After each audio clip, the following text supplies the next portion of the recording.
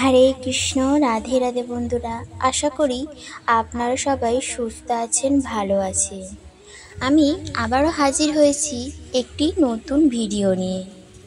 আজ বলবো অর্জুন নয়, গীতার জ্ঞান প্রথম কাকে দিয়েছিলেন শ্রীকৃষ্ণ। জেনে নিন। হিন্দু ধর্মাবলীদের কাছে অত্যন্ত গুরুত্বপূর্ণ গ্রন্থ হল গীতা। মহাভারতের যুদ্ধ শুরুর সময় অর্জুনকে গীতার বাণী শুনিয়েছিলেন শ্রীকৃষ্ণ। কিন্তু অর্জুন প্রথম নন, তার আগেও গীতার জ্ঞান তিনি কাউকে দান করেছিলেন। কে তিনি জেনে নিন এই ভিডিও থেকে। শ্রীকৃষ্ণ বলেছেন, কেউ মরে না আর কাউকে মারেও না, সকলেই নির্মিত মাত্র। সমস্ত প্রাণী জন্মের পূর্বে শরীর ছাড়া ছিল, মৃত্যুর পর শরীর ছাড়াই থাকবে। এর মধ্যবর্তী পর্যায়ে এদের শরীর থাকে, তাহলে কেন এদের জন্য শোক করা হয়?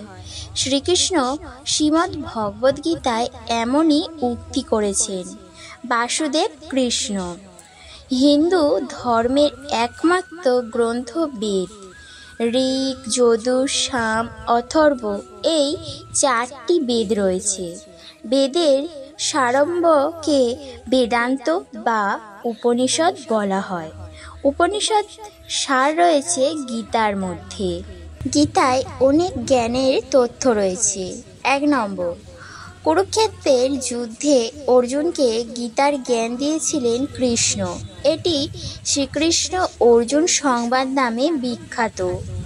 2, গীতা কৃষ্ণ ও অর্জুনের কথোপকথন।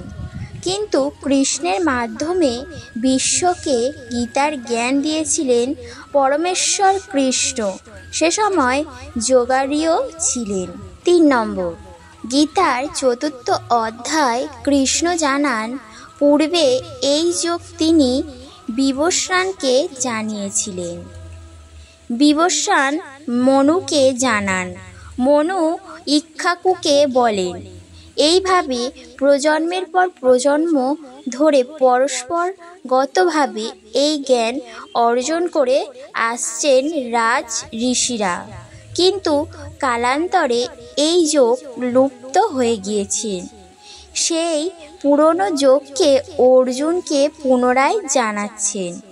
পরম্পরাগতভাবে সবার আগে বিবস্বান বা সূর্য এই জ্ঞান পেয়েছিলেন। তার পুত্র ছিলেন বৈবস্বত মনু। 4 নম্বর, কৃষ্ণের গুরু ছিলেন ঘোর অঙ্গিরস। ঘোর অঙ্গিরস কৃষ্ণকে যে উপদেশ দিয়েছিলেন, সেই একই উপদেশ অর্জুনকে দেন কৃষ্ণ। ছান্দোগ্য উপনিষদে উল্লেখ পাওয়া যায়, কৃষ্ণ ঘোর অঙ্গিরসের শিষ্য ছিলেন। তার কাছ থেকে কৃষ্ণ এমন জ্ঞান অর্জন করেন, যার পর অন্য কিছু জ্ঞাতব্য থাকে না।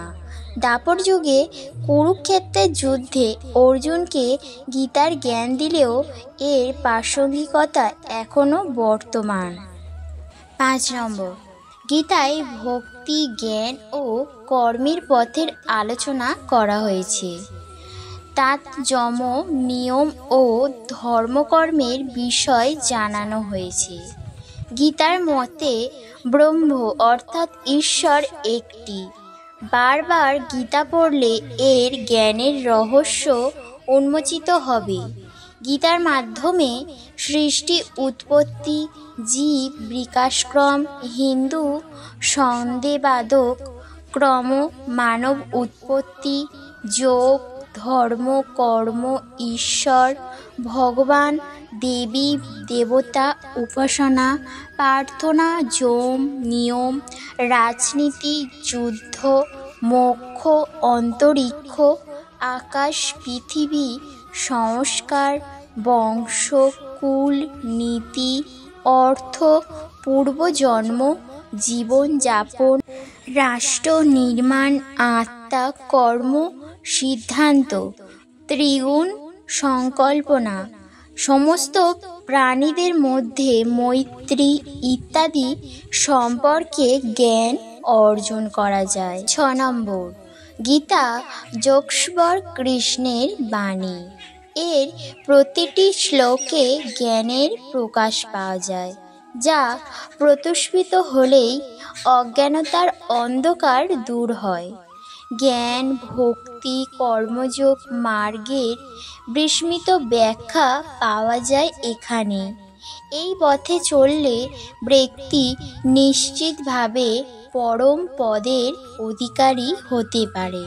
7 নম্বর, 3112 খ্রিস্টপূর্বে কৃষ্ণের জন্ম হয়েছিল।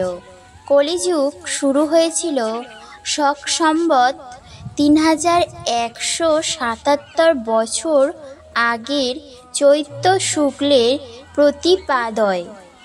আর্যভট্টের মতে 3137 খ্রিস্টপূর্বে মহাভারতের যুদ্ধ হয়েছিল। এই যুদ্ধের 35 বছর পর দেহত্যাগ করেন কৃষ্ণ। তখন থেকেই কলিযুগের সূচনার মনে করা হয়। মৃত্যুকালে কৃষ্ণের বয়স ছিল 119 বছর।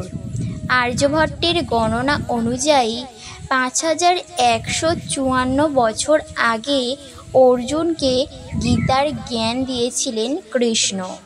8 নম্বর, হরিয়ানায় কুরুক্ষেত্রে যখন এই জ্ঞান দেয়া হয়েছিল তখন একাদশী তিথি ছিল। দিনটি ছিল সম্ভবত রবিবার। প্রায় 45 মিনিট পর্যন্ত এই জ্ঞান দিয়েছিলেন তিনি। গীতায় কৃষ্ণ 574, অর্জুন 85, সঞ্জয় 40 এবং ধৃতরাষ্ট্র 1টি শ্লোক বলেছিলেন। 9 নম্বর, উপনিষদে গীতার গণনা করা হয়, তাই একে গীত উপনিষদও বলা হয়। এটি মহাভারতের ভীষ্ম পর্বের অংশ। মহাভারতের কিছু স্থানে হরিগীতা নামে এর উল্লেখ পাওয়া যায়। 10 নম্বর, অর্জুন যখন কর্তব্য বিমুখ হয়ে সন্ন্যাসী ও বৈরাগীর মতো আচরণ করে যুদ্ধ ত্যাগ করতে উদ্গ্রীব হয়ে পড়েন, তখন তাকে গীতার জ্ঞান দেন কৃষ্ণ। অর্জুন ছাড়া সঞ্জয় গীতার জ্ঞান শোনেন এবং ধৃতরাষ্ট্রকে শোনান। 11 নম্বর, গীতা এমন একটি গ্রন্থ যার অনুবাদ, ব্যাখ্যা, গবেষণাপত্র নানান ভাষায় প্রকাশিত রয়েছে। আদি শঙ্করাচার্য, রামানুচার্য, মাধবাচার্য, ভাস্কর, বল্লভ, শ্রীধর স্বামী, আনন্দগিরি, মধুসূদন সরস্বতী, সন্ত জ্ঞানেশ্বর, বাল গঙ্গাধর তিলক, পরমহংস যোগানন্দ, মহাত্মা গান্ধী, মহর্ষি অরবিন্দ ঘোষ প্রমুখ ব্যক্তি গীতার ওপর প্রবচন দিয়েছেন।